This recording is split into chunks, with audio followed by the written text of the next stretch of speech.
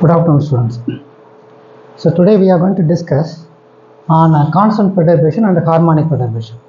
So there are two titles in time dependent perturbation which we are going to discuss today: constant perturbation and harmonic perturbation. And constant perturbation is the continuation of last class, last video lecture. So this is the continuation. And of course we were discussing about time dependent perturbation, in which we have a total Hamiltonian and which consists of unperturbed Hamiltonian and perturbed Hamiltonian.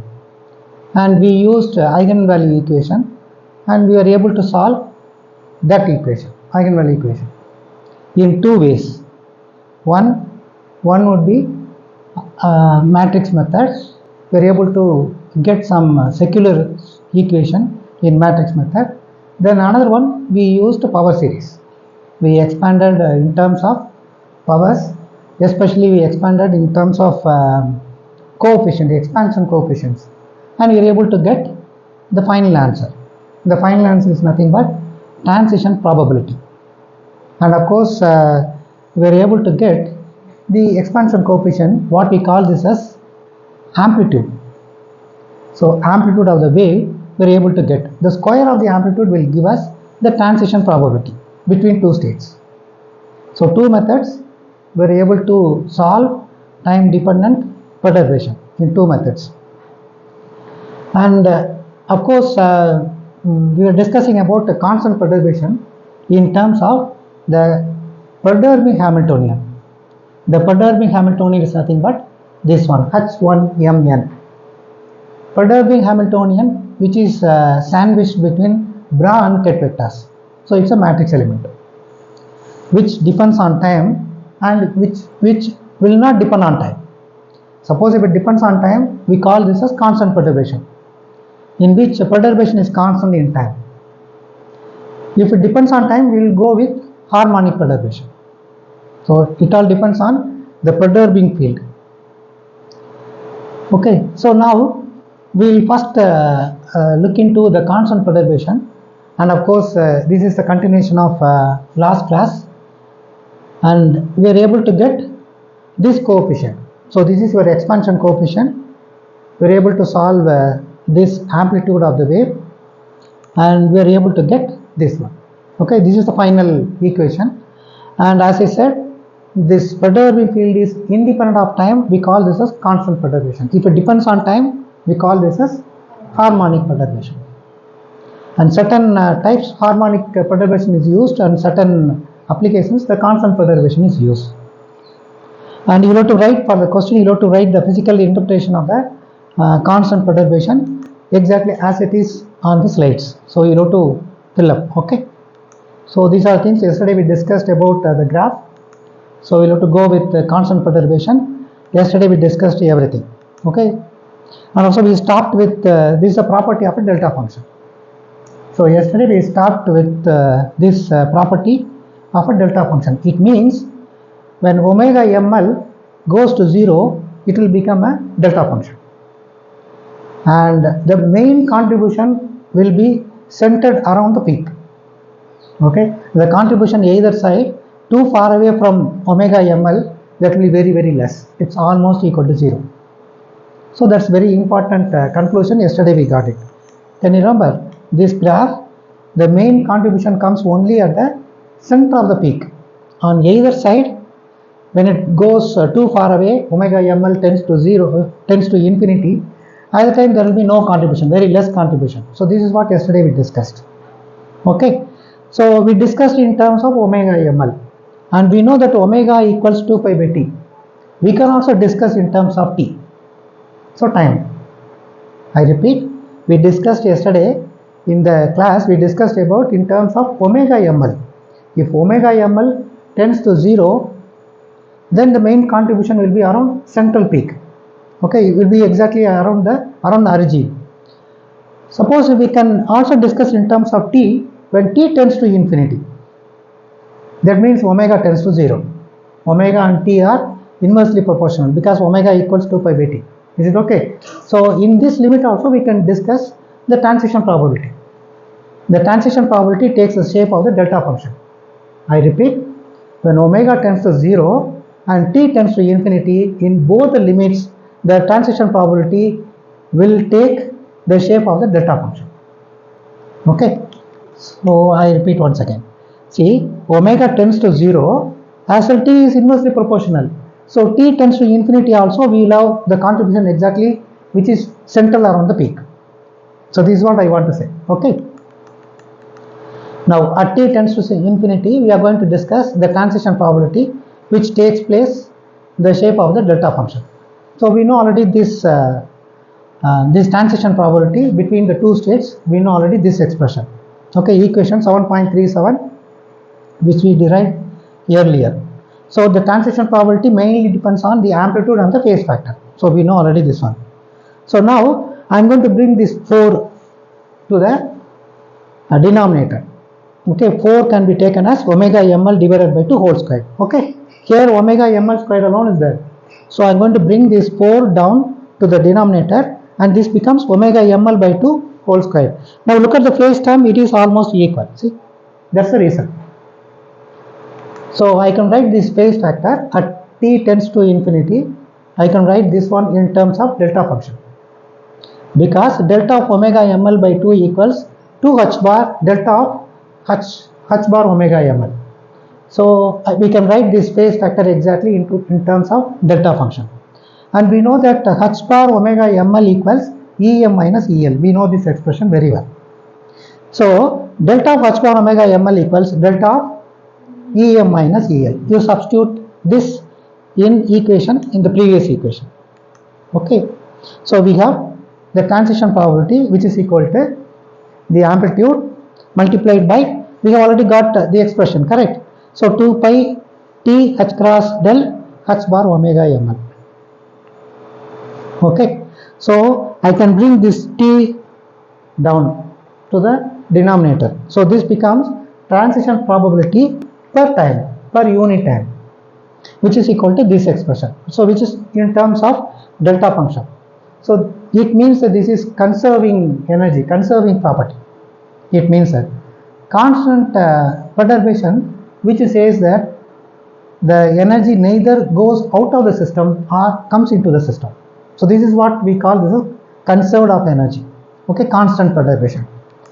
So this is called a transition rate, transition probability per unit time, transition probability per unit time. So this becomes tau. Tau L, this is one state to another state. L is the initial state, M is the final state. It goes from one state to another state, which is equal to this expression 2 pi, the same thing. Okay, 2 pi your modulus square of perturbing field divided by h bar and delta function. So the delta term del Em minus El generates a conservation of energy. So at t tends to infinity, that means omega tends to 0. The transition rate will not vanish. Hence a constant which we call this as time independent perturbation neither removes the energy from the system nor supplies the energy to it. Okay, so we have two things. One is perturbing field, another one is the system. System is nothing but an atom. Okay, the perturbing field will transfer the energy to the system, will transfer the energy to the atom. So this is like an interaction of light with matter. Okay, so here in constant perturbation, there will be neither removes the energy from the system nor supplies to the energy to it. So the energy is conserved. So it simply causes the energy conserving transitions. So this is about the conclusion of constant perturbation. So now we are going to discuss the harmonic perturbation, which is the next title in the unit. So constant perturbation and harmonic perturbation. Harmonic means which depends on time. Harmonic, either it can be a sinusoidal wave. Of course, sinusoidal wave means either it can be either sine wave or cosine wave. In some other book you may find that will be a cosine wave. In some other book you may find sine wave. But both are sinusoidal waves. So there will be ups and downs. There will be positive and negative in a cycle. So harmonic means the perturbation depends on time. Sinusoidally, the variation will be sinusoidal variation. And of course, just now we discussed about the light interaction with matter. So whenever there is a light or electromagnetic wave, that will interact with an atom. That means the atom will absorb the energy and it will go to the excited state. Okay, this is called absorption. After some time, the excited state will have enough population. They will have lot of electrons will be there, so enough population, and the continuous energy coming out from the electromagnetic waves, they will trap the electrons to go down, to go to the ground state. So it will come to the ground state, releasing the energy, emitting some energy. So this is called the emission. So you have absorption and you have emission. Both will not take place at the same time. Simultaneously they will not take place. If there is absorption, there will be no emission. If there is emission, there will be no absorption. So both will not take place simultaneously. Either one will take place. Suppose if it takes place continuously. So either there will be up and down. You have continuous light coming out. That's what we call this as laser action. So this was predicted earlier in the year 1905 by Albert Einstein. So after 30-40 years, only people could find out the laser action. So one is absorption, another one is stimulated emission. So two things are there. So we are going to discuss both the things in harmonic perturbation. So harmonic perturbation mainly depends on time t. Okay. So it depends on sinusoidally in time. So harmonic, as I said, the electromagnetic field, it can be either, the perturbation can be either electric field or a magnetic field, doesn't matter. Okay, so with this introduction, we will discuss elaborately about harmonic perturbation. The transition between stationary states of a quantum system is studied by applying harmonic perturbation. So there will be only stationary states will be there in a system, in an atom, and this will be disturbed. This will be disturbed by external fields. It can be either electric field or a magnetic field. Only then the harmonic perturbation will take place. Here we are going to consider the perturbation that oscillates sinusoidally in time. This is usually termed as harmonic perturbation. For example, the oscillating electric and magnetic fields associated with the light can induce transition between stationary states in the atoms.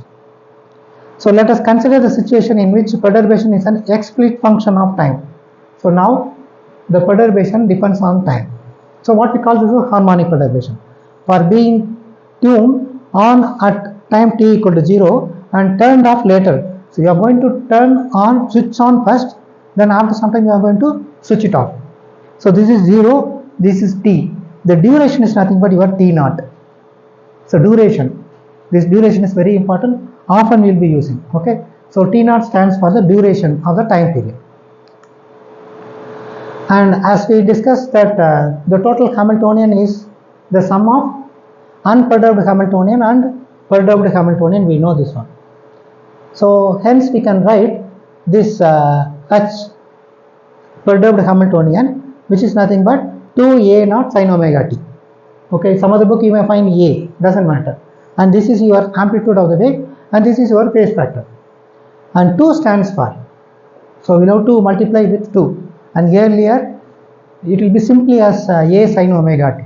Okay, but usually whenever we consider the harmonic perturbation, as I said just now, it can be either sine wave or cosine wave, and sine and cosine can be written in terms of exponential I omega t and exponential minus I omega t. So we know already sine and cosine terms can be written in terms of both the things, correct? One refers absorption and another one refers emission. That's the reason that we have introduced 2 in that equation 7.48. So when a charged particle interacts with the electromagnetic field, the transition takes place from initial state to the final state. So as I said, the ground state will be your initial, excited state will be your final state. So from initial state to final state, and one can determine the probability of transition. So we can find out the transition probability. So probability of a transition rate from initial to the final state. Transition rate means the probability transition per unit time. That what we call this as transition rate. Okay. Here the perturbation which is proportional to sin omega t and cos omega t, which contains e power I omega t and e power minus I omega t with equal amplitudes, but only one term leads to absorption and another term leads to emission of a quantum energy. Thus we are going to introduce number 2 in this equation, perturbing field. So this can be written as, in terms of, we are going to just okay, we are going to integrate and we are going to sandwich your ordinary wave function and the complex wave function.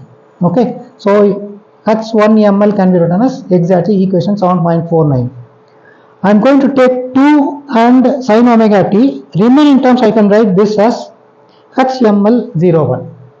I repeat, I am going to keep 2 and sin omega t in that equation, except this, the remaining terms can be written as hml01. So this equation can be written as exactly like this. Okay, this equation can be written as exactly like this. I repeat, come on, you just keep 2 as it is, sin omega t as it is, the remaining term can be written as exactly like this. So I can write this equation exactly like this. Is it okay? Now we know that the amplitude from the first order time dependent perturbation is given by this expression. We know already this expression. Okay, we know already this expression. So now squaring will give you the transition probability.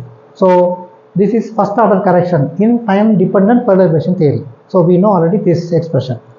Now in the case of harmonic perturbation, we just substitute 7.50, that is, this is your 7.50 in 7.51.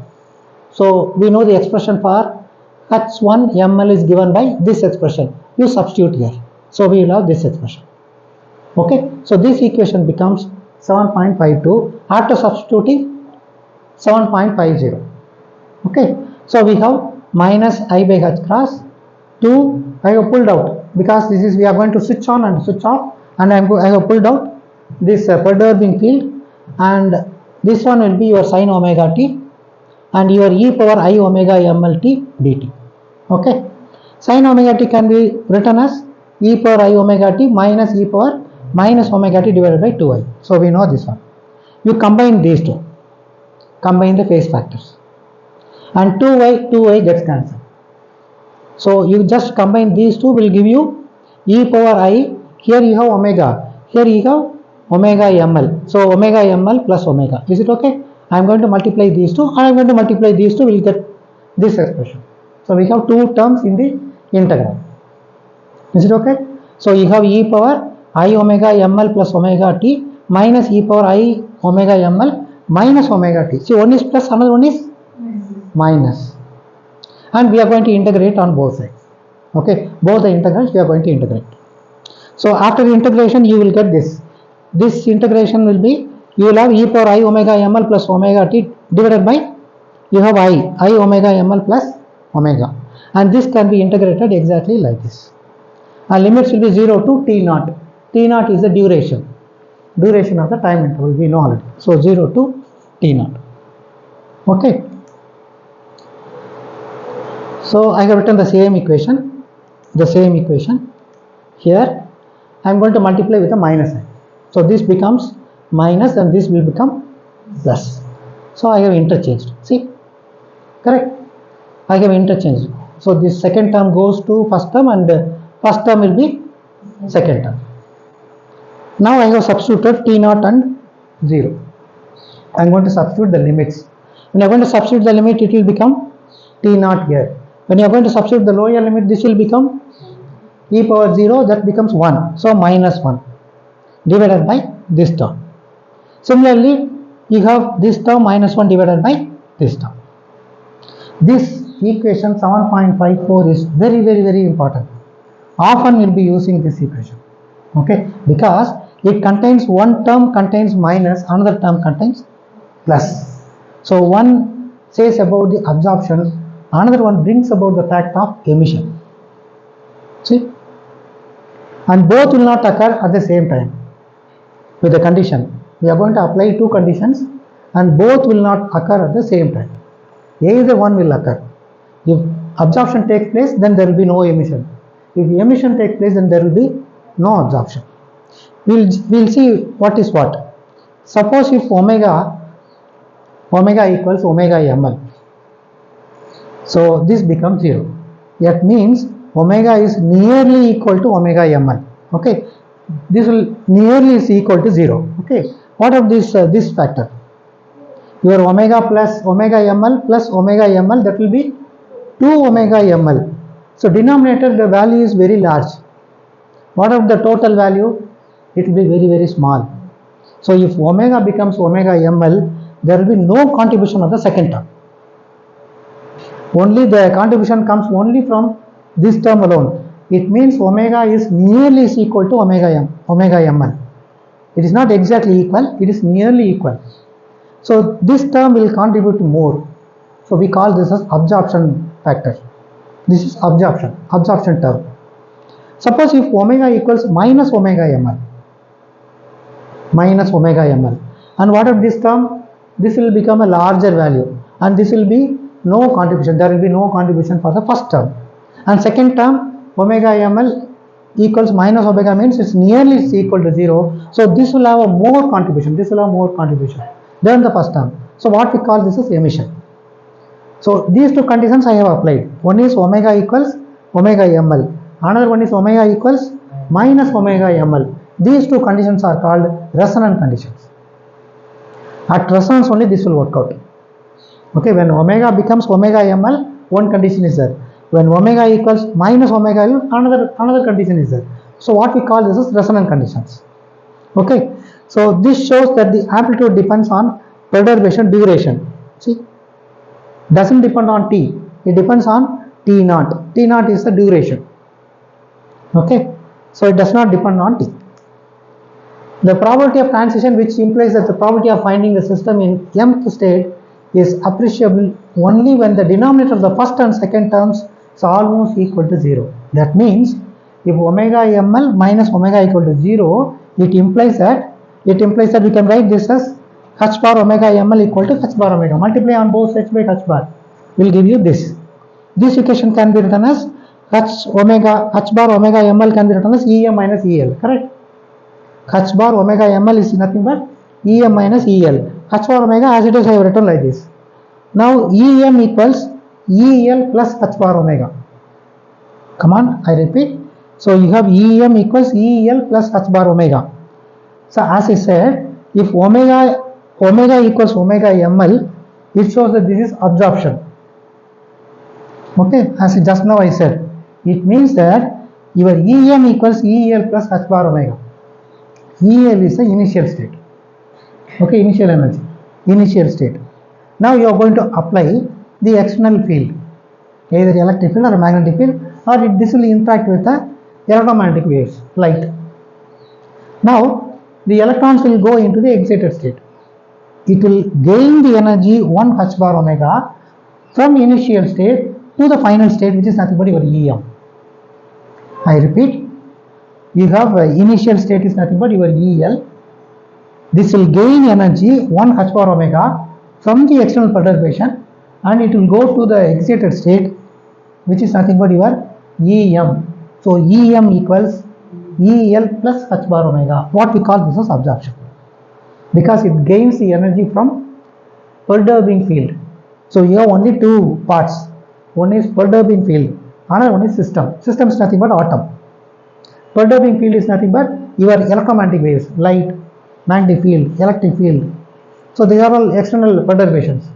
So you have perturbing field and you have system. The system absorbs the energy and it goes to the excited state. That's why we have one gain of energy. So which is nothing but el plus h bar omega, which is equal to em. So el stands for the initial state, initial energy. Em is the final one. So final energy is nothing but el plus h bar omega. Is it okay? Now we will go for the second one. When omega equals minus omega ml. When omega equals minus omega ml. In that case, we can write this equation as em minus el divided by minus h bar omega. You just bring omega that side and multiply on both sides by h bar. Will give you this. Now you bring this el to that side. You have el minus h bar omega. In this case, you have EL plus h bar omega. So this is case for emission. What does it mean? It means that EL is the initial state. Already there it is in the initial state. Okay. Now the population will be more in the excited state. So these electrons will be trapped by the external field and it will emit the radiation. It will come down to the ground state. When it emits the radiation, it will lose 1 h bar omega. Is it okay? It will lose 1 bar h bar omega. Here it will gain 1 h bar omega from initial to initial state. Here also from initial state. In that case, initial state EL is the ground state. Here the initial state is nothing but your excited state. So EM equals EL minus h bar omega stands for the emission part. So you have two ideas. Both will not occur at the same time. Very, very important one. If absorption occurs, emission will not be occurred. Okay. So both will not occur at the same time, simultaneously. So omega ml equals omega. The denominator of the second term is larger. So as I said, this equation is very, very important. Equation 7.54 is very, very important, as I said. Okay, as far as this harmonic perturbation is concerned. So if omega equals omega ml, the denominator of the second term is larger, hence the second term is 0, but the first term will give importance. Okay, first term is given importance. On contrary, if omega equals minus omega ml, then the denominator of the first term is larger, hence the first term is 0, but the second term will be given importance. Thus, the first term of equation 7.54 is important when the effect of perturbation is transfer the energy. So this will transfer energy. As I said, there will be two parts. One is perturbing field, another one is system. Okay, this will transfer the energy from perturbing field to the system. What we call this as absorption. The energy is transferred from the perturbing source to the system. So this is called absorption. This is your perturbing field, electromagnetic field, light, magnetic field, electric field. So those are all perturbing field. System is nothing but matter. So light interacts with the matter. Okay, whenever light interacts with the matter, we will have absorption. The second term is important if the effect of perturbation is to receive the energy from the system. What we call this as emission. So one is absorption, another one is emission. So EL minus EM equal to h bar omega in this case. Okay, so this process is known as emission. So it gains the energy 1 h bar omega, it loses the energy 1 h bar omega. Both will not occur at the same time.